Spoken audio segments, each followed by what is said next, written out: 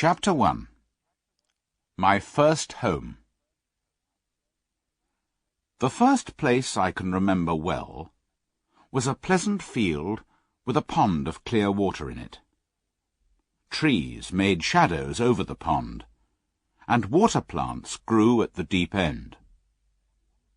On one side was another field, and on the other side we looked over a gate at our master's house, which stood by the roadside. At the top of our field were more tall trees, and at the bottom was a fast-running stream. While I was young, I lived on my mother's milk, but as soon as I was old enough to eat grass, my mother went out to work during the day and came back in the evening.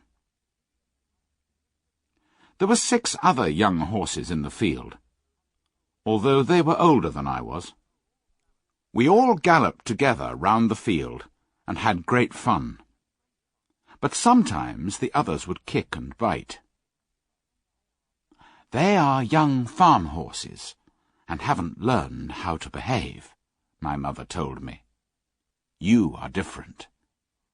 Your father is well known, and your grandfather twice won the most important race at Newmarket. Your grandmother was quiet and gentle, and you have never seen me kick or bite, have you? I hope you will grow up to be gentle and a willing worker, and never bite or kick." I have never forgotten my mother's advice. She was a clever and sensible old horse. Her name was Duchess, but our master often called her Pet. He was a good, kind man, and my mother loved him very much. Whenever she saw him at the gate, she trotted across. He used to pat her and say, "Well, old Pet, and how is your little darky?" I was a dull black colour, so he called me Darky. He sometimes brought a piece of bread for me, or a carrot for my mother, and I think we were his favourites. When I was 2 years old, something happened which I have never forgotten. It was early spring, and there was a light mist over the trees and fields. I and the other young horses were feeding at the lower end of the field when we heard the distant cry of dogs. The oldest among us lifted his head to listen. "There are the hounds," he said, and immediately raced off. The rest of us followed him to the top of the field, where we could see several fields beyond. My mother and another old horse were standing near. "They've found a hare," said my mother, "and if they come this way, we shall see the hunt." Soon the dogs were all racing down the field next to ours, making a loud yo, yo, yo, yo sound at the top of their voices. After them came men on horses, some in green coats, and all galloping as fast as they could. Suddenly the dogs became silent, and ran around with their noses to the ground. "They've lost the smell of the hare," said the old horse. "Perhaps it will escape." But the dogs began their yo, yo, yo, yo again, and came at full speed towards our field. Just then, a hare, wild with fear, ran towards the trees. The dogs jumped over the stream and ran across the field, followed by the huntsman. 6 or 8 jumped their horses over the stream, close behind the dogs. Before the hare could get away, the dogs were upon her with wild cries. We heard a terrible scream, and that was the end of the hare.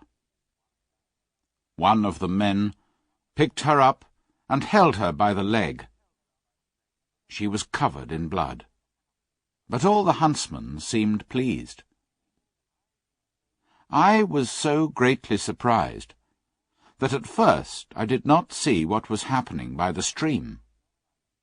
But when I did look, I saw a sad sight. 2 fine horses were down, one in the stream and the other on the grass. One rider, who seemed unhurt, was climbing out of the water, but the other lay quite still. "His neck is broken," said my mother. "I can't understand why men are so fond of this sport. They quite often hurt themselves and ruin good horses, all for one hare that they could get more easily some other way. But we are only horses, and don't know why men do these things." They carried the dead rider to our master's house, and I heard afterwards that it was George Gordon, the only son of a local landowner, and a fine young man. A man from the village came to look at the black horse on the grass. The animal was in great pain, and one of his legs was broken. The man began to feel the horse all over. Then he shook his head.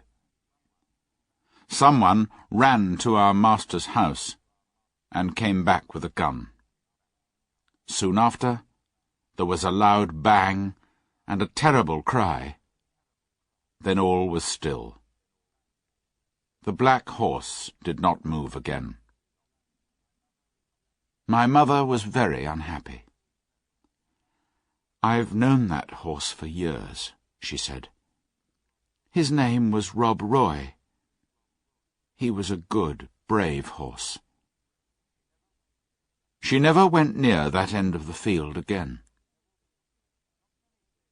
Not many days after, we heard the church bell, and saw a long, strange black carriage pulled by black horses.